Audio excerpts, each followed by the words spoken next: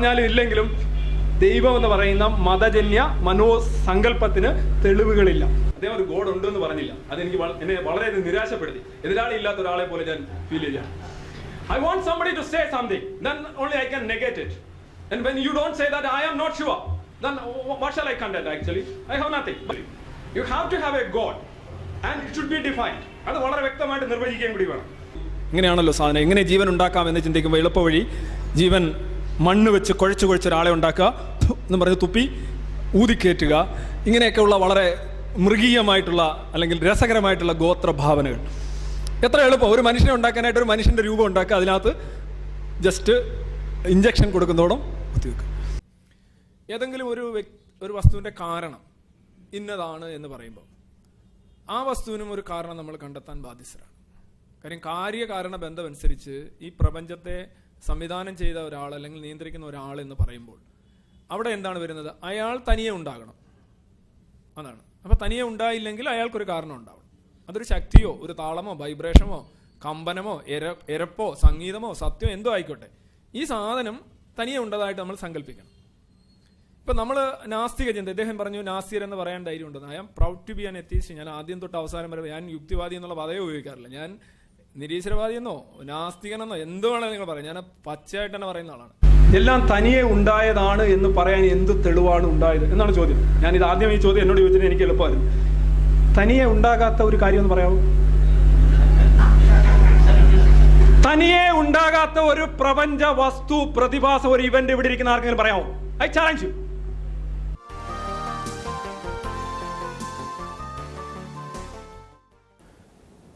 മനുഷ്യൻ്റെ പാപപരിഹാരത്തിനും രക്ഷയ്ക്കും ദൈവം മനുഷ്യനായി വന്ന് മരിക്കേണ്ട ആവശ്യമുണ്ടോ?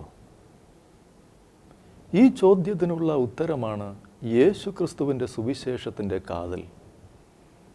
അതായത് പാപപരിഹാര ബലിമരണമില്ലാതെ വെറുതെ ദൈവത്തിന് മനുഷ്യൻ്റെ പാപം ക്ഷമിച്ചുകൂടെ? പാപം മൂലം മനുഷ്യ സ്വഭാവത്തിൽ വന്ന വീഴ്ചയും ദൈവവും മനുഷ്യനും തമ്മിലുണ്ടായ അകൽച്ചയും അത്ര ഗൗരവമായി കാണാതെ വെറുതെ അങ്ങ് അഡ്ജസ്റ്റ് ചെയ്ത് ക്ഷമിച്ചു കളഞ്ഞാൽ പോരെ? അനേക ചിന്തകരും മതക്കാരും തെറ്റിപ്പോകുന്ന വളരെ പ്രധാനപ്പെട്ട ഒരു വിഷയമാണ് നാം ചിന്തിക്കുന്നത്. മഹാദൈവത്തിൻ്റെ ദിവ്യ സ്വഭാവമാണ് നാം ഇവിടെ മനസ്സിലാക്കേണ്ട കാര്യം. ആത്യന്തികമായി കാര്യങ്ങൾ നടക്കുന്നത് ദൈവ സ്വഭാവപ്രകാരമാണ്, മനുഷ്യൻ്റെ ചിന്തപ്രകാരമല്ല. ദൈവം അനന്ത പരിശുദ്ധനാണെങ്കിൽ ദൈവദൃഷ്ടിയിൽ മനുഷ്യപാപം അനന്ത ഗൗരവമുള്ളതാണ്. അങ്ങനെയെങ്കിൽ പാപത്തിനുള്ള പരിഹാരവും അനന്ത പരിശുദ്ധിയുള്ളതായിരിക്കണം. ദൈവത്തിൻ്റെ പരിശുദ്ധിയും പാപത്തിൻ്റെ ഗൗരവവും ഒരുപോലെ കണക്കിലെടുക്കാൻ കഴിയുമ്പോഴാണ് യേശു ക്രിസ്തുവിൻ്റെ ബലിമരണത്തിൻ്റെയും സുവിശേഷത്തിൻ്റെയും അമൂല്യത വെളിപ്പെട്ടു വരുന്നത്. യേശു ക്രിസ്തുവിൻ്റെ സുവിശേഷം ലോകത്തിലെ ഏറ്റവും ഉന്നതമായ തത്വസംഹിതയാണ്. തക്ക പരിഹാരമില്ലാതെ പാപം ക്ഷമിക്കാൻ പറ്റാത്തിടത്ത് ദൈവം തന്നെ നമുക്ക് വേണ്ടി പരിഹാരം ചെയ്ത് നമ്മെ രക്ഷിച്ചതിൻ്റെ ചരിത്രമാണത്. യേശുവിൻ്റെ സുവിശേഷം മനുഷ്യ ചരിത്രത്തിലെ തന്നെ ഏറ്റവും പ്രധാനപ്പെട്ട സംഭവങ്ങളായ ദൈവത്തിൻ്റെ മനുഷ്യാവതാരം, മരണം, ഉയിർത്തെഴുന്നേൽപ്പ് എന്നിവയെ ആധാരമാക്കി നിലകൊള്ളുന്നു. നാം മനുഷ്യരായതുകൊണ്ട് നമുക്ക് വേണ്ടിയുള്ള ദൈവത്തിൻ്റെ ഏറ്റവും പരിപൂർണമായ വെളിപ്പാട് മനുഷ്യരൂപത്തിൽ തന്നെയായിരിക്കണം. യേശുവിലുള്ള ദൈവത്തിൻ്റെ വെളിപ്പാടിലൂടെ നമുക്ക് ദൈവവുമായി നേരിട്ട് ബന്ധപ്പെടാനുള്ള അവസരമുണ്ടായി. ഈ സത്യം എല്ലാ തത്വചിന്തകളെക്കാളും ദൈവശാസ്ത്രങ്ങളെക്കാളും ശാസ്ത്ര സാങ്കേതിക വിദ്യകളെക്കാളും ഉന്നതവും കൃപയും ജീവനും നിറഞ്ഞു നിൽക്കുന്നതുമായ യാഥാർത്ഥ്യമാണ്. ദൈവം ഉണ്ട് എന്നുള്ളത് എല്ലാവർക്കും തെളിവായ വസ്തുതയാണ്. സൃഷ്ടാവായ ഈ ദൈവം ബൈബിളിലൂടെ സ്വയം വ്യക്തമായി വെളിപ്പെടുത്തുന്നു. ബൈബിളിലെ ദൈവത്തെ പോലെ ലോക ചരിത്രത്തിൽ സ്വയം വെളിപ്പെട്ട് ശക്തിയോടെ പ്രവർത്തിച്ച വേറൊരു ദൈവവുമില്ല.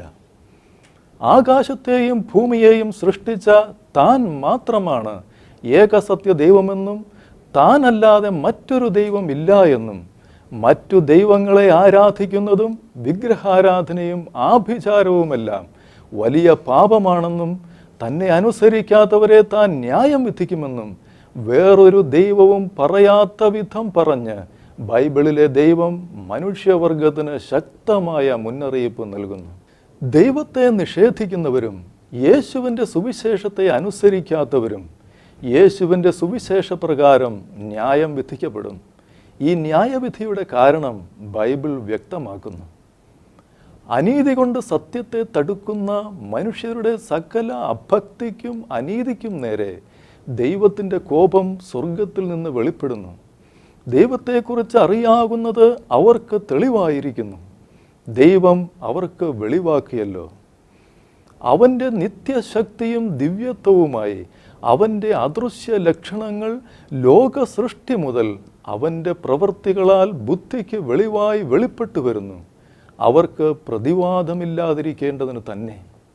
അവർ ദൈവത്തെ അറിഞ്ഞിട്ടും അവനെ ദൈവമെന്നോർത്ത് മഹത്വീകരിക്കുകയോ നന്ദി കാണിക്കുകയോ ചെയ്യാതെ തങ്ങളുടെ നിരൂപണങ്ങളിൽ വ്യർത്ഥരായി തീർന്നു. അവരുടെ വിവേകമില്ലാത്ത ഹൃദയം ഇരുണ്ടുപോയി. ജ്ഞാനികളെന്ന് പറഞ്ഞുകൊണ്ട് അവർ മൂഢരായിപ്പോയി.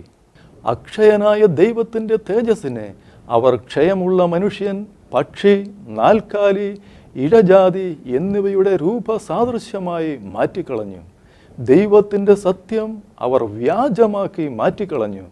സൃഷ്ടിച്ചവനേക്കാൾ സൃഷ്ടിയെ ഭജിച്ച് ആരാധിച്ചു. അവൻ എന്നേക്കും വാഴ്ത്തപ്പെട്ടവൻ. ആമേൻ. അനന്തജ്ഞാനിയായ ദൈവത്തിൻ്റെ പദ്ധതിയിൽ മനുഷ്യരക്ഷയ്ക്കുള്ള ഏക മാർഗം യേശുക്രിസ്തുവിൻ്റെ രക്തബലിയിലുള്ള സുവിശേഷമാണ്. അതായത് ദൈവം മനുഷ്യനായി വന്ന് മനുഷ്യർക്കു വേണ്ടി മരിക്കാതെ മനുഷ്യനു രക്ഷ പ്രാപിക്കാൻ കഴിയാത്ത വിധം നാശകരമായ അവസ്ഥയിലാണ് മനുഷ്യനായിരിക്കുന്നത്. സാത്താനാൽ വഞ്ചിക്കപ്പെട്ട മനുഷ്യവർഗം സാത്താൻ്റെയും പാപത്തിൻ്റെയും ലോകത്തിൻ്റെയും മരണത്തിൻ്റെയും കടുത്ത അടിമത്തത്തിലും ബന്ധനത്തിലുമാണ് ആയിരിക്കുന്നത്. മനുഷ്യനെ ദൈവത്തിൽ നിന്ന് അകറ്റി നിർത്താനുള്ള ആയുധങ്ങളായി പാപത്തെയും ലോകത്തെയും മരണത്തെയും സാത്താൻ ഉപയോഗിച്ചുകൊണ്ടിരിക്കുന്നു. സാത്താൻ മനുഷ്യനെ ലോകമോഹത്തിൻ്റെയും പാപസുഖത്തിൻ്റെയും ആഴത്തിൽ മുക്കി കൊന്നുകൊണ്ടിരിക്കുകയാണ്. എല്ലാ മനുഷ്യരും പാപം ചെയ്ത് പാപത്തിന് അടിമകളായി തീർന്നു. ഏക സത്യദൈവത്തിൻ്റെ സ്വഭാവത്തെ മനുഷ്യൻ ലംഘിക്കുന്നതാണ് പാപം. പാപം മുഖാന്തരമായി മനുഷ്യൻ്റെ അകം ഒരു യുദ്ധക്കളമായി മാറി. അങ്ങനെ മനുഷ്യൻ്റെ ആത്മാവും മനസ്സും ശരീരവും പരസ്പരം യോജിപ്പില്ലാതെ ഒന്ന് മറ്റൊന്നിന് വിരോധമായി പ്രവർത്തിച്ചു തുടങ്ങി. മാത്രമല്ല, മനുഷ്യർ പരസ്പരമുള്ള ബന്ധവും പാപം മൂലം തകരാറിലായി. പാപം സാത്താൻ്റെ സ്വത്താണ്. പാപം ചെയ്യുന്നവർ സാത്താൻ്റെ അവകാശമായി തീരുന്നു. സ്വാർത്ഥത, അത്യാഗ്രഹം, അഹങ്കാരം, അസൂയ, വിഗ്രഹാരാധന, ആഭിചാരം, മദ്യപാനം മുതലായ ജഡത്തിൻ്റെ പ്രവൃത്തികളെല്ലാം അകത്തെ പാപത്തിൻ്റെ പ്രതിഫലനങ്ങളാണ്. പാപം എന്നത് മനുഷ്യന് മഹാപ്രശ്നമാണ്. മനുഷ്യവർഗത്തിൻ്റെ ഏറ്റവും അടിസ്ഥാന പ്രശ്നമാണ് പാപം. എന്നാൽ പാപം മൂലം ആത്മീയ അന്ധത ബാധിച്ച മനുഷ്യന് തൻ്റെ യഥാർത്ഥ പ്രശ്നം പാപമാണെന്ന് സമ്മതിക്കാൻ കഴിയുന്നില്ല. ദൈവ സ്വഭാവത്തിൻ്റെയും ദൈവകൽപ്പനയുടെയും ലംഘനമാണ് പാപം. പാപം മൂലം എല്ലാ മനുഷ്യരും ദൈവകോപത്തിൽ ജീവിക്കുന്ന അത്യന്തം അപകടകരമായ ഈ അവസ്ഥയ്ക്ക് ഒരു പരിഹാരമുണ്ട്. പാപത്തിൻ്റെ ചരിത്ര പശ്ചാത്തലവും മനുഷ്യൻ്റെ അധപ്പതിച്ച അവസ്ഥയും നാം വ്യക്തമായി മനസ്സിലാക്കണം. ദൈവം മനുഷ്യനെ പുരുഷനും സ്ത്രീയുമായി സ്വന്തം ഛായയിലും സാദൃശ്യത്തിലും സ്വന്തമായി ചിന്തിക്കാനും തീരുമാനമെടുക്കാനും കഴിവുള്ളവനായും ധാർമ്മിക ബോധം ഉള്ളവനായും മണ്ണിൽ നിന്ന് മെനഞ്ഞുണ്ടാക്കി. മനുഷ്യൻ പരിണാമഫലമായി ഉരുത്തിരിഞ്ഞു വന്നതല്ല. ദൈവം സ്വന്തം ഛായയിലും സാദൃശ്യത്തിലും മനുഷ്യനെ സൃഷ്ടിച്ചു. ദൈവം ഭൂമിയിലെ പൊടി കൊണ്ട് മനുഷ്യനെ നിർമ്മിച്ചിട്ട് അവൻ്റെ മൂക്കിൽ ജീവശ്വാസം ഊതി. അങ്ങനെ മനുഷ്യൻ ജീവനുള്ള ആത്മാവായി തീർന്നു.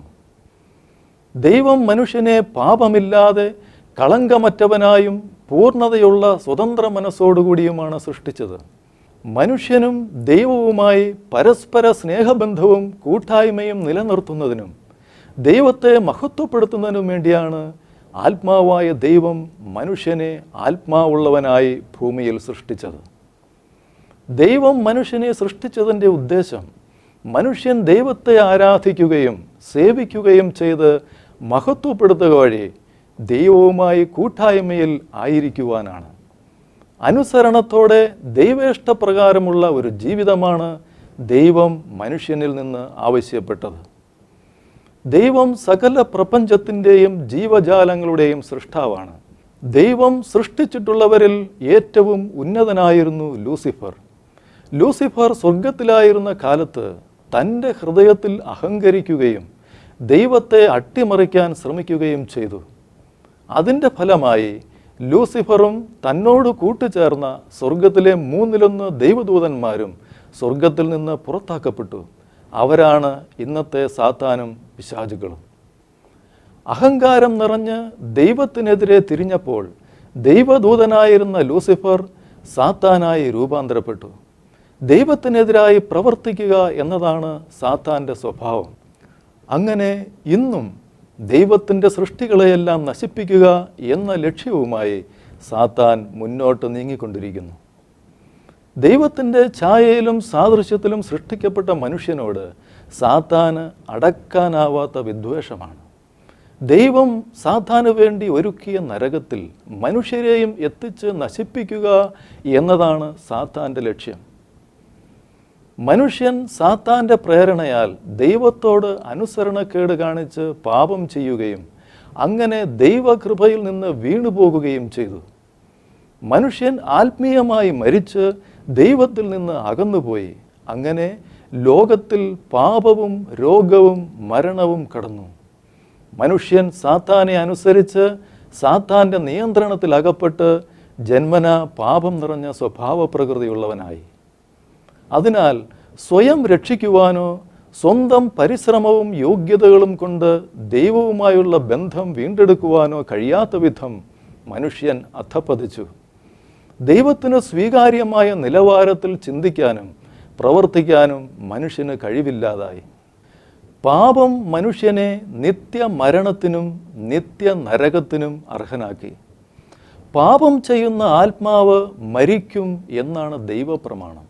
അതിനാൽ ദുഷ്ടനായ സാത്താൻ ദൈവകൽപ്പന ലംഘിപ്പിച്ച് പാപം ചെയ്യാൻ മനുഷ്യനെ പ്രേരിപ്പിച്ചു. സാത്താൻ സർപ്പരൂപത്തിൽ വന്ന് നുണ പറഞ്ഞ് മനുഷ്യനെ വഞ്ചിച്ചു. മനുഷ്യൻ സാത്താൻ പറഞ്ഞ നുണ വിശ്വസിച്ച് സാത്താനെ അനുസരിച്ചു. അങ്ങനെ മനുഷ്യൻ ദൈവത്തെ അവിശ്വസിച്ച് ദൈവത്തോട് അനുസരണക്കേട് കാണിച്ച് പാപം ചെയ്തു. പാപം മൂലം മനുഷ്യൻ്റെ ആത്മാവ് മരിച്ചു. ഇപ്രകാരം മനുഷ്യന് ദൈവത്തോടുണ്ടായിരുന്ന തൻ്റെ ബന്ധം നഷ്ടമായി. അങ്ങനെ മനുഷ്യൻ സാത്താൻ്റെ അടിമത്തം അനുഭവിക്കുക മാത്രമല്ല ആസ്വദിക്കുകയും ചെയ്യുന്ന ശോചനീയമായ അവസ്ഥയിലേക്ക് അധപ്പതിച്ചു. പാപം ദൈവത്തിൻ്റെ സൃഷ്ടിയല്ല. ദൈവഹിതത്തിനെതിരായി പ്രവർത്തിച്ച മനുഷ്യഹിതമാണ് പാപം. അങ്ങനെ മനുഷ്യൻ ദൈവഹിതത്തിന് വിരുദ്ധമായി സ്വന്തം ഹിതം ചെയ്ത് ദൈവത്തിൽ നിന്ന് അകന്നുപോയി. അതാണ് മരണം. പാപം മൂലം ആദത്തിൻ്റെ ആത്മാവ് മരിച്ചപ്പോൾ ആദത്തിൽ എല്ലാ മനുഷ്യരുടെയും ആത്മാക്കൾ മരിച്ചു. കാരണം പാപത്തിൻ്റെ കൂലി മരണമാകുന്നു.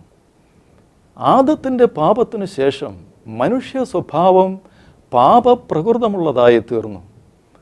ആദത്തിൻ്റെ സന്തതികളെല്ലാവരും പാപത്തിൽ മരിച്ച ആത്മാവോടുകൂടി ജനിക്കുകയും അങ്ങനെ അവർ ആത്മീയമായി സാത്താൻ്റെ മക്കളായി തീരുകയും ചെയ്തു. എല്ലാവരും പാപം ചെയ്തു. അങ്ങനെ എല്ലാവരും പാപത്തിനും സാത്താനും അടിമപ്പെട്ടു. മനുഷ്യ പാപത്തിന് 2 തലങ്ങളുണ്ട്. ഒന്നാമതായി എല്ലാ മനുഷ്യരിലും ജന്മന ആരോപിക്കപ്പെട്ടിരിക്കുന്ന പാപമുണ്ട്. ഇത് ആദാമിൽ നിന്ന് ജനിച്ച എല്ലാവർക്കും പൈതൃകമായി വന്നു ഭവിച്ചിരിക്കുന്ന ജന്മപാപത്തെയാണ് സൂചിപ്പിക്കുന്നത്. ജന്മപാപം ഭൗമിക പിതാവുള്ള എല്ലാ മനുഷ്യരിലും വ്യാപരിച്ചിരിക്കുന്നു. മരണം വരെ പാപത്തിൻ്റെ പ്രകൃതം മനുഷ്യനിൽ അവശേഷിക്കുന്നു. രണ്ടാമതായി എല്ലാവർക്കും വ്യക്തിപരമായ പാപവുമുണ്ട്. മനുഷ്യന് ജന്മനാ പാപപ്രകൃതമുള്ളതിനാൽ അവൻ പാപം ചെയ്യുന്നു. അവൻ പാപിയായതുകൊണ്ടാണ് പാപം ചെയ്യുന്നത്. വ്യക്തിപരമായ പാപത്തിൽ ജഡത്തിൻ്റെ പ്രവൃത്തികൾ, മാനസിക പാപങ്ങൾ, നാവിൻ്റെ പാപങ്ങൾ, കൊലപാതകം, വ്യഭിചാരം, മോഷണം മുതലായ പരസ്യമായ പാപങ്ങൾ എന്നിവയെല്ലാം ഉൾപ്പെടുന്നു. പാപം ചെയ്തതുമൂലം മനുഷ്യർ മരണത്തിനും നരകത്തിലുള്ള നിത്യശിക്ഷയ്ക്കും അർഹരായി തീർന്നു. അങ്ങനെ ദൈവത്തോടുകൂടി വസിക്കുക എന്ന നിത്യ സൗഭാഗ്യം നഷ്ടമാകുകയും നരകത്തിലെ നിത്യശിക്ഷ വിധിക്കപ്പെടുകയും ചെയ്തിരിക്കുന്നു എന്ന ഏറ്റവും പരിതാപകരമായ അവസ്ഥയാണ് മനുഷ്യനുള്ളത്. ദൈവ സ്വഭാവത്തിനെതിരായി മനുഷ്യനിലൂടെ പ്രവർത്തിക്കുന്ന സാത്താൻ്റെ സ്വാധീനവും ശക്തിയും സ്വഭാവവുമാണ് പാപം. അവ ജഡത്തിൻ്റെ പ്രവൃത്തികളായി മനുഷ്യനിൽ പ്രകടമാകുന്നു. ദുർനടപ്പ്, അശുദ്ധി, ദുഷ്കാമം, വിഗ്രഹാരാധന, ആഭിചാരം, പക, പിണക്കം, ജാരശങ്ക, ക്രോധം, ശാഠ്യം, ദ്വന്ദ്വപക്ഷം, ഭിന്നത, അസൂയ, മദ്യപാനം, വെറിക്കൂത്ത് എന്നിവയാണ് ജഡത്തിൻ്റെ പ്രവൃത്തികൾ. പാപം മൂലം മനുഷ്യൻ സാത്താൻ്റെ അടിമത്തത്തിലായി. എല്ലാ മനുഷ്യരും ജന്മസ്വഭാവത്താലും സ്വതന്ത്ര തീരുമാനത്താലും പാപികളാണ്. അതിനാൽ എല്ലാ മനുഷ്യരും സാത്താൻ്റെ അടിമകളും ദൈവത്തിൻ്റെ ന്യായവിധിക്കും നരകത്തിനും അർഹരുമാണ്. മനുഷ്യൻ്റെ അകത്തെ പാപത്തെ സമൂഹത്തിലേക്ക് വ്യാപിപ്പിച്ച് പാപപങ്കിലമായ ഒരു ലോക വ്യവസ്ഥിതിക്ക് സാത്താൻ രൂപം കൊടുക്കുന്നു. മനുഷ്യനെ പാപച്ചങ്ങല കൊണ്ട് ബന്ധിച്ച് ലോകമോഹങ്ങളിൽ അന്ധനാക്കി ദൈവത്തിൽ നിന്ന് അകറ്റി നിർത്തുന്ന ഈ ലോക സംവിധാനത്തെ മഹതിയാം ബാബിലോൺ, വേശ്യമാരുടെയും മ്ലേച്ഛതകളുടെയും മാതാവ് എന്നാണ് ബൈബിൾ വിളിക്കുന്നത്. മരണം മനുഷ്യൻ്റെ ഏറ്റവും വലിയ ശത്രുവാണ്. മരണം സകല ഭയാനതകളുടെയും രാജാവും പറഞ്ഞറിയിക്കാനാവാത്ത ദുരന്തവും ഒഴിവാക്കാനാവാത്ത കുടുക്കുമാണ്. മരണത്തിൻ്റെ മുമ്പിൽ മനുഷ്യൻ നിസ്സഹായനാണ്. മരണം മനുഷ്യന് തൊട്ടറിയാവുന്ന യാഥാർത്ഥ്യമാണ്. പാപത്തിൻ്റെ ശമ്പളമാണ് മരണം. മനുഷ്യന് പാപമുണ്ടെന്നും മനുഷ്യൻ പാപിയാണെന്നുമുള്ള വസ്തുതയുടെ തെളിവാണ് മരണം. തങ്ങളായിരിക്കുന്ന നാശകരമായ ഈ ബന്ധനത്തിൻ്റെ അവസ്ഥയിൽ നിന്ന് സ്വയം വിടുവിക്കപ്പെട്ട് രക്ഷ പ്രാപിക്കുക എന്നത് മനുഷ്യന് അസാധ്യമായ കാര്യമാണ്. മനുഷ്യന് രക്ഷ പ്രാപിക്കാൻ സർവശക്തനായ ഒരു രക്ഷകനെ ആവശ്യമുണ്ട്. സർവശക്തനും സ്നേഹസമ്പന്നനുമായ ദൈവത്തിന് മനുഷ്യരൂപമെടുത്ത് മനുഷ്യനെ രക്ഷിക്കുന്നതിന് ഒരു തടസ്സവുമില്ല. കാരണം ദൈവം സർവശക്തനാണ്. പഴയ നിയമം മുഴുവനും ദൈവം മനുഷ്യരൂപം എടുക്കുന്നതിനുള്ള തയ്യാറെടുപ്പിൻ്റെ രേഖാചിത്രമാണ്. കാലത്തിൻ്റെ പൂർത്തീകരണത്തിൽ ദൈവം യേശുക്രിസ്തുവിൽ മനുഷ്യരൂപമെടുത്തു. മനുഷ്യവർഗം പരാജയപ്പെട്ട മേഖലകളിലെല്ലാം യേശു മനുഷ്യന് പകരമായി ജയമെടുത്തു. പാപം ചെയ്ത മനുഷ്യന് അർഹമായ ശിക്ഷ കൊടുക്കുക എന്നത് ദൈവനീതിയാണ്. ദൈവം നീതിമാനും പരിശുദ്ധനുമായതുകൊണ്ട് മനുഷ്യപാപത്തിന് തക്ക പരിഹാരം ലഭിക്കാതെ ദൈവത്തിന് മനുഷ്യനെ സഹായിക്കുക സാധ്യമല്ലായിരുന്നു.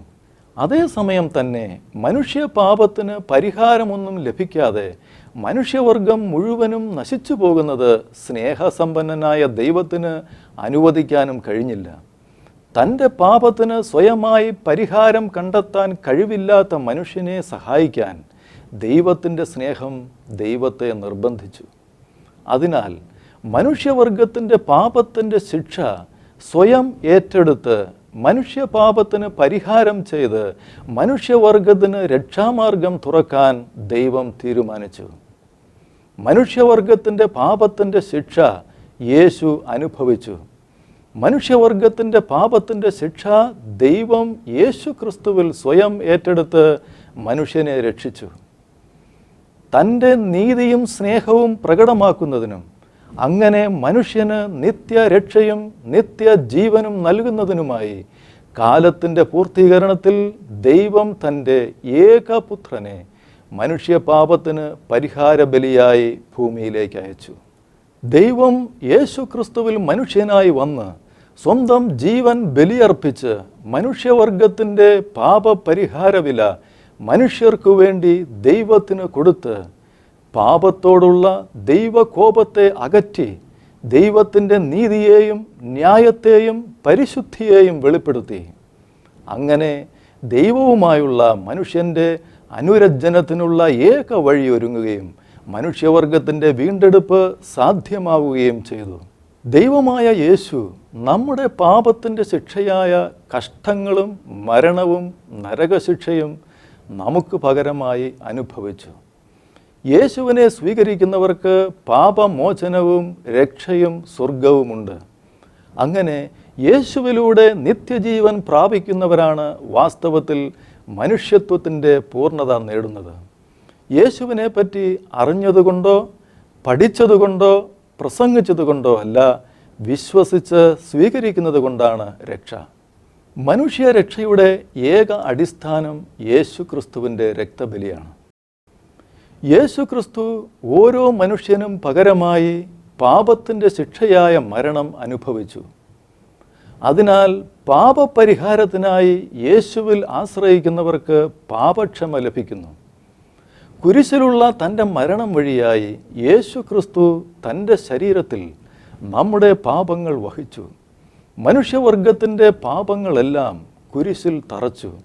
നമുക്ക് ലഭിക്കുമായിരുന്ന ശിക്ഷ കടം വീട്ടി ഒഴിവാക്കി. പാപത്തിൻ്റെ അടിമത്തത്തിൽ നിന്ന് നമ്മെ വില കൊടുത്ത് വാങ്ങി. നമ്മുടെ സ്ഥാനത്ത് പാപവും അപമാനവുമായി തീർന്നു. എന്നേക്കുമായി സാത്താനെ പരാജയപ്പെടുത്തി സകല മനുഷ്യരുടെയും പാപങ്ങൾക്ക് മോചനം നേടിയെടുത്തു. അങ്ങനെ നമ്മെ ദൈവവുമായി ശരിയായ ഒരു ബന്ധത്തിലേക്ക് വീണ്ടെടുത്ത് കൊണ്ടുവന്നു. സ്വന്തം മരണത്തിലൂടെയും ഉയിർത്തെഴുന്നേൽപ്പിലൂടെയും യേശുക്രിസ്തു മരണാധികാരിയായിരുന്ന സാത്താനെ പൂർണ്ണമായി പരാജയപ്പെടുത്തി. അതിനാൽ യേശുക്രിസ്തുവിൽ വിശ്വസിക്കുന്നവർക്ക് മരണത്തെയും സാത്താനെയും ഭയപ്പെടേണ്ട ആവശ്യമില്ല. യേശുക്രിസ്തു മനുഷ്യനെ പാപത്തിൻ്റെയും മരണത്തിൻ്റെയും സാത്താൻ്റെയും നരകത്തിൻ്റെയും ഏറ്റവും ഭയാനകമായ അടിമത്തങ്ങളിൽ നിന്നും രക്ഷിച്ചു. യേശുക്രിസ്തു അങ്ങനെ മനുഷ്യവർഗത്തിന് ഏറ്റവും വലിയ സംഭാവന നൽകി. രക്ഷ എന്ന് പറയുന്നത് പാപത്തിൻ്റെയും സാത്താൻ്റെയും അടിമത്തത്തിൽ നിന്നും ദൈവം മനുഷ്യനെ മോചിപ്പിക്കുന്നതാണ്. മനുഷ്യൻ രക്ഷ പ്രാപിക്കണമെങ്കിൽ പാപക്ഷമ ലഭിക്കേണ്ടത് ആവശ്യമാണ്. മനുഷ്യൻ്റെ ഏറ്റവും അടിസ്ഥാനപരമായ ആവശ്യം പാപക്ഷമ ലഭിക്കുക എന്നതാണ്. മതങ്ങൾക്കൊന്നും മനുഷ്യൻ്റെ പാപക്കറകളെ കഴുകിക്കളയാൻ കഴിയില്ല. ദൈവപുത്രനായ യേശുവിൻ്റെ രക്തത്തിനു മാത്രമേ നമ്മുടെ പാപക്കറകൾ കഴുകിക്കളഞ്ഞ് നമ്മെ ശുദ്ധീകരിക്കാൻ കഴിയൂ. യേശു ക്രിസ്തുവിൻ്റെ രക്തം തന്നിൽ വിശ്വസിക്കുന്നവരുടെ പാപങ്ങളെ കഴുകിക്കളയുകയും അവരെ ദൈവത്തിൻ്റെ മക്കളാക്കി തീർക്കുകയും അങ്ങനെ നിത്യജീവന് അവകാശികളാക്കി തീർക്കുകയും ചെയ്യുന്നു. യേശു ക്രിസ്തുവിൻ്റെ ചിന്തപ്പെട്ട രക്തമാണ് മനുഷ്യൻ്റെ പാപപരിഹാരത്തിനും നിത്യജീവനുമുള്ള ഏക അടിസ്ഥാനം. ദൈവവുമായുള്ള മനുഷ്യൻ്റെ ബന്ധം പുനഃസ്ഥാപിക്കാൻ ദൈവം നൽകിയ ഏക മാർഗം യേശു ക്രിസ്തുവാണ്. യേശു പറഞ്ഞു, വഴിയും സത്യവും ജീവനും ഞാനാണ്. എന്നിലൂടെ അല്ലാതെ ആരും പിതാവിൻ്റെ അടുക്കലേക്ക് വരുന്നില്ല. മനുഷ്യൻ്റെ പാപപരിഹാരത്തിനായുള്ള ക്രിസ്തുവിൻ്റെ സഹനത്തിൻ്റെയും മരണത്തിൻ്റെയും അടിസ്ഥാനത്തിൽ ക്രിസ്തുവിൽ വിശ്വസിക്കുന്നവരുടെ പാപങ്ങൾ ക്ഷമിക്കുന്നതിന് ദൈവത്തിന് ന്യായീകരണമുണ്ട്. ക്രിസ്തീയ സുവിശേഷത്തിൻ്റെ ഉള്ളടക്കം യേശു ക്രിസ്തുവിൻ്റെ പാപപരിഹാര രക്തബലിയിൽ വെളിപ്പെടുന്ന ദൈവത്തിൻ്റെ അനന്തമായ സ്നേഹവും പരിശുദ്ധിയും നീതിയുമാണ്. യേശു തൻ്റെ പാപരഹിതമായ ജീവിതവും മരണവും ഉയിർത്തെഴുന്നേൽപ്പും കൊണ്ട് ലോക വ്യവസ്ഥിതിയുടെ മേൽ ജയമെടുത്തു. യേശു തൻ്റെ ശുശ്രൂഷയിൽ ദൈവവിരുദ്ധമായ ലോക വ്യവസ്ഥിതിയെ ആശ്രയിച്ചില്ല. സാത്താൻ്റെ പരീക്ഷണങ്ങളുടെ മേൽ യേശു ജയമെടുത്തതും ഇതിൻ്റെ തെളിവാണ്. ലോകസുഖങ്ങളെ ഉപേക്ഷിച്ച് യേശുവിലുള്ള നിത്യമഹത്വത്തിൻ്റെ പ്രത്യാശയിൽ ജീവിച്ചാൽ ലോക വ്യവസ്ഥിതിയുടെ മേൽ നമുക്കും ജയമെടുക്കാം. യേശു തൻ്റെ പാപരഹിതമായ ജീവിതവും ശുശ്രൂഷയും മരണവും ഉയിർത്തെഴുന്നേൽപ്പും കൊണ്ട് സാത്താൻ്റെ മേൽ ജയമെടുത്തു. മരുഭൂമിയിൽ വച്ചുണ്ടായ സാത്താൻ്റെ കഠിന പരീക്ഷണങ്ങളുടെ മേൽ യേശു ജയമെടുത്തു. സാത്താൻ ബന്ധിച്ച് രോഗികളാക്കിയിരുന്ന അനേകരെ യേശു സൗഖ്യമാക്കുകയും പിശാചുക്കളെ പുറത്താക്കുകയും ചെയ്തു. ഇന്നും യേശു അനേകരെ സൗഖ്യമാക്കുകയും പിശാചുക്കളെ പുറത്താക്കുകയും ചെയ്യുന്നു. തൻ്റെ മരണം കൊണ്ടും ഉയിർത്തെഴുന്നേൽപ്പ് കൊണ്ടും മരണാധികാരിയായിരുന്ന സാത്താൻ്റെ മേൽ യേശു പൂർണ്ണ ജയമെടുത്തു. സാത്താൻ്റെ പ്രവർത്തികളെ അഴിപ്പാൻ തന്നെ ദൈവപുത്രൻ പ്രത്യക്ഷനായി. യേശു തൻ്റെ മരണം കൊണ്ട് പാപത്തിൻ്റെ മേൽ ജയമെടുത്തു. തൻ്റെ കുരിശുമരണത്താൽ യേശു പാപത്തിന് എന്നേക്കുമായി പരിഹാരം വരുത്തി. നാം പാപം സംബന്ധിച്ച് മരിച്ച് നീതിക്ക് ജീവിക്കേണ്ടതിന് യേശു തൻ്റെ ശരീരത്തിൽ നമ്മുടെ പാപങ്ങളെ ചുമന്നുകൊണ്ട് ക്രൂശിന്മേൽ കയറി. അവൻ്റെ അടിപ്പിണരാൽ നിങ്ങൾക്ക് സൗഖ്യം വന്നിരിക്കുന്നു. പാപമില്ലാത്തവൻ നമുക്ക് വേണ്ടി ശാപവും പാപവുമായി തീർന്നു. നമ്മുടെ പാപത്തിൻ്റെ ശിക്ഷയായ മരണം അനുഭവിച്ച് യേശു കുരിശിൽ മരിച്ചു. പാപത്തോടുള്ള ദൈവകോപത്തിൻ്റെ ശിക്ഷ നമ്മുടെ മേലാകാതെ യേശുവിൻ്റെ മേലായി. അവൻ നമ്മുടെ അതിക്രമങ്ങൾ നിമിത്തം മുറിവേറ്റും നമ്മുടെ അകൃത്യങ്ങൾ നിമിത്തം തകർന്നുമിരിക്കുന്നു. നമ്മുടെ സമാധാനത്തിനായുള്ള ശിക്ഷ അവൻ്റെ മേൽ ആയി. അവൻ്റെ അടിപ്പിണരുകളാൽ നമുക്ക് സൗഖ്യം വന്നിരിക്കുന്നു. അവൻ്റെ പ്രാണൻ ഒരു അകൃത്യയാഗമായി തീർന്നു. യേശുവിൻ്റെ കുരിശുമരണത്തിൽ പാപമില്ലാത്തവനെ കൊന്നതുകൊണ്ട് മനുഷ്യൻ പാപിയാണെന്നും പാപികൾക്ക് വേണ്ടി ജീവൻ കൊടുത്തതുകൊണ്ട് ദൈവം സ്നേഹമാണെന്നും തെളിഞ്ഞു. യേശുവിൻ്റെ കുരിശുമരണത്തിൽ പാപികളായ നമ്മോടുള്ള ദൈവത്തിൻ്റെ കരുണയും പാപത്തെ ശിക്ഷിക്കുക എന്ന ദൈവത്തിൻ്റെ നീതിയും തമ്മിൽ പരസ്പരം ചുംബിച്ച് സമാധാനം സ്ഥാപിച്ചു. അങ്ങനെ യേശു പാപം എന്ന പ്രശ്നത്തിന് എന്നേക്കുമായി പരിഹാരം വരുത്തുകയും ദൈവവും മനുഷ്യനുമായുള്ള സമാധാനത്തിൻ്റെ വാതിൽ തുറക്കുകയും ചെയ്തു. അങ്ങനെ ലോക ചരിത്രത്തിലെയും ദൈവചരിത്രത്തിലെയും ഏറ്റവും മൂല്യമേറിയ നിമിഷമാണ് യേശുവിൻ്റെ കുരിശുമരണം. അവിടെ ദൈവത്തിൻ്റെ അനന്തമായ കരുണയും സ്നേഹവും നീതിയും അനന്തമൂല്യമുള്ള പാപപരിഹാര യാഗത്തിൽ കണ്ടുമുട്ടി. അങ്ങനെ ദൈവസ്നേഹത്തിൻ്റെ ഏറ്റവും പ്രകടമായ തെളിവാണ് യേശുവിൻ്റെ കുരിശുമരണം.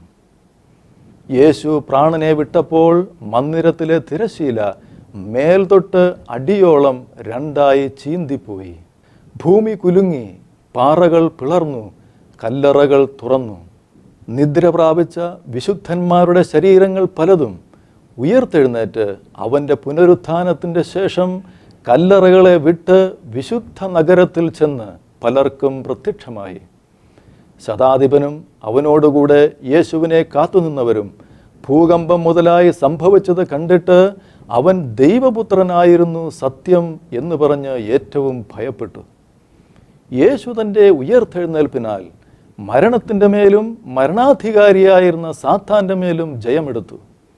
മനുഷ്യൻ്റെ ഏറ്റവും വലിയ ശത്രുവായ മരണത്തെ തോൽപ്പിക്കാൻ യേശു മരണത്തിൻ്റെ ഏറ്റവും ഭീകരമായ അനുഭവത്തിലേക്ക് ഇറങ്ങി മരണത്തോട് ഏറ്റുമുട്ടി. മരണം അനുഭവിച്ചു. മരണത്തെ യേശു തൻ്റെ ഉയിർപ്പിനാൽ കീഴടക്കി. ഉയർത്തെഴുന്നേൽപ്പ് മനുഷ്യവർഗത്തിൻ്റെ ഏറ്റവും വലിയ ആവശ്യവും ആഗ്രഹവുമായിരുന്നു. മരണത്തിൻ്റെ മഹാശക്തിയെ യേശു തൻ്റെ ഉയിർപ്പിൻ്റെ ശക്തിയാൽ കീഴടക്കി. യേശു മരിച്ചവനായിരുന്നു, എന്നാൽ ഇതാ എന്നേക്കും ജീവിച്ചിരിക്കുന്നു. മരണത്തിൻ്റെയും പാതാളത്തിൻ്റെയും താക്കോൽ യേശുവിൻ്റെ കൈവശമുണ്ട്. യേശുവിൽ വിശ്വസിക്കുന്നവൻ മരിച്ചാലും ജീവിക്കും. അങ്ങനെ മനുഷ്യൻ്റെ ഏറ്റവും ഭയങ്കര ശത്രുവായ മരണത്തെ തോൽപ്പിച്ചുകൊണ്ടുള്ള യേശുവിൻ്റെ ഉയർത്തെഴുന്നേൽപ്പ് മനുഷ്യവർഗത്തെ മുഴുവൻ അടിമയാക്കി വച്ചിരുന്ന ലോകം, പാപം, മരണം, പിശാച് എന്നിവയെ യേശു തോൽപ്പിച്ചതിൻ്റെ തെളിവാണ്. ഇങ്ങനെ യേശുവിൽ പാപത്തിൻ്റെയും മരണത്തിൻ്റെയും അതിഭയങ്കരമായ നിയമങ്ങൾ തകർന്നടിയുകയും ജീവൻ്റെയും ആത്മാവിൻ്റെയും ആശ്വാസ നിയമങ്ങൾ വാഴുകയും ചെയ്യുന്നു. ഇങ്ങനെ സമ്പൂർണ്ണ ജയാളിയായ യേശുവിലുള്ള വിശ്വാസത്താൽ നമുക്ക് മനുഷ്യവർഗത്തിൻ്റെ ഈ ശത്രു സംഘത്തിന്മേൽ സമ്പൂർണ്ണ ജയമെടുക്കാൻ കഴിയും. മനുഷ്യനോടുള്ള അഗാധമായ സ്നേഹം നിമിത്തം ദൈവം യേശുവിൽ മനുഷ്യരൂപമെടുത്ത് മനുഷ്യപാപത്തിൻ്റെ ശിക്ഷയായ മരണം കാൽവരി കുരിശിൽ അനുഭവിച്ചു. മനുഷ്യൻ്റെ പാപപങ്കിലമായ ഹൃദയത്തെ കഴുകി ശുദ്ധീകരിക്കാൻ മഹാപരിശുദ്ധനായ ദൈവം സ്വന്തം ചങ്കിലെ രക്തം ക്രൂശിലൂടെ നമുക്ക് നൽകി.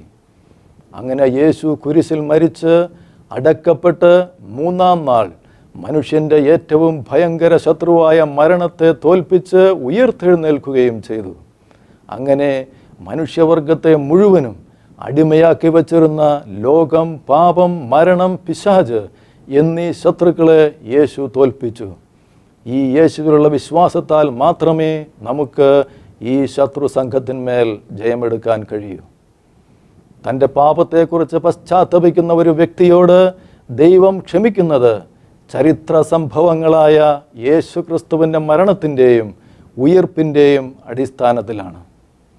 മനുഷ്യന് ലഭിക്കാവുന്ന ഏറ്റവും വലിയ പരസ്പര കൈമാറ്റത്തിൻ്റെ വാഗ്ദാനം യേശുവിൻ്റെ കുരിശിലാണ് നാം കാണുന്നത്. താങ്കളുടെ പാപത്തെക്കുറിച്ച് താങ്കൾ പശ്ചാത്തപിക്കുന്നുവെങ്കിൽ യേശു ക്രിസ്തുവിൻ്റെ അടുക്കിലേക്ക് വന്ന് പാപക്ഷമയും ദൈവത്തിൻ്റെ നീതിയും വിശ്വാസത്താൽ ദാനമായി സ്വീകരിക്കുക.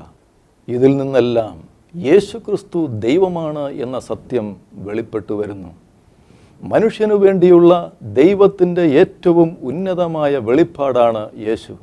നാം മനുഷ്യരായതുകൊണ്ട് നമുക്ക് വേണ്ടിയുള്ള ദൈവത്തിൻ്റെ ഏറ്റവും പരിപൂർണമായ വെളിപ്പാട് മനുഷ്യരൂപത്തിൽ തന്നെ ആയിരിക്കണം. യേശുവിലുള്ള ദൈവത്തിൻ്റെ സമ്പൂർണ്ണ വെളിപ്പാടിലൂടെ നമുക്ക് ദൈവവുമായി നേരിട്ട് ബന്ധപ്പെടാം. യേശുവിനെ കാണുന്നവർ ദൈവത്തെ കാണുന്നു. യേശുവിനെ വിശ്വസിക്കുന്നവർ ദൈവത്തെ വിശ്വസിക്കുന്നു. യേശുവിനെ നിഷേധിക്കുന്നവർ ദൈവത്തെ നിഷേധിക്കുന്നു. യേശുവിൻ്റെ സുവിശേഷം ഏറ്റവും ഉന്നതമായ തത്വചിന്തയാണ്. ഇത് തള്ളിക്കളയുന്നവർക്ക് ഒരിക്കലും ഇതിനേക്കാൾ ഉന്നതമായ മറ്റൊരു വിശ്വാസ സംഹിത കണ്ടുപിടിക്കാൻ കഴിയില്ല. അതിനാൽ താങ്കൾ ജീവനോടിരിക്കുന്ന ഇന്ന് ഹൃദയം കഠിനമാക്കാതെ വിവേകപൂർണമായ തീരുമാനമെടുക്കൂ. ദൈവം നിങ്ങളെ അനുഗ്രഹിക്കട്ടെ.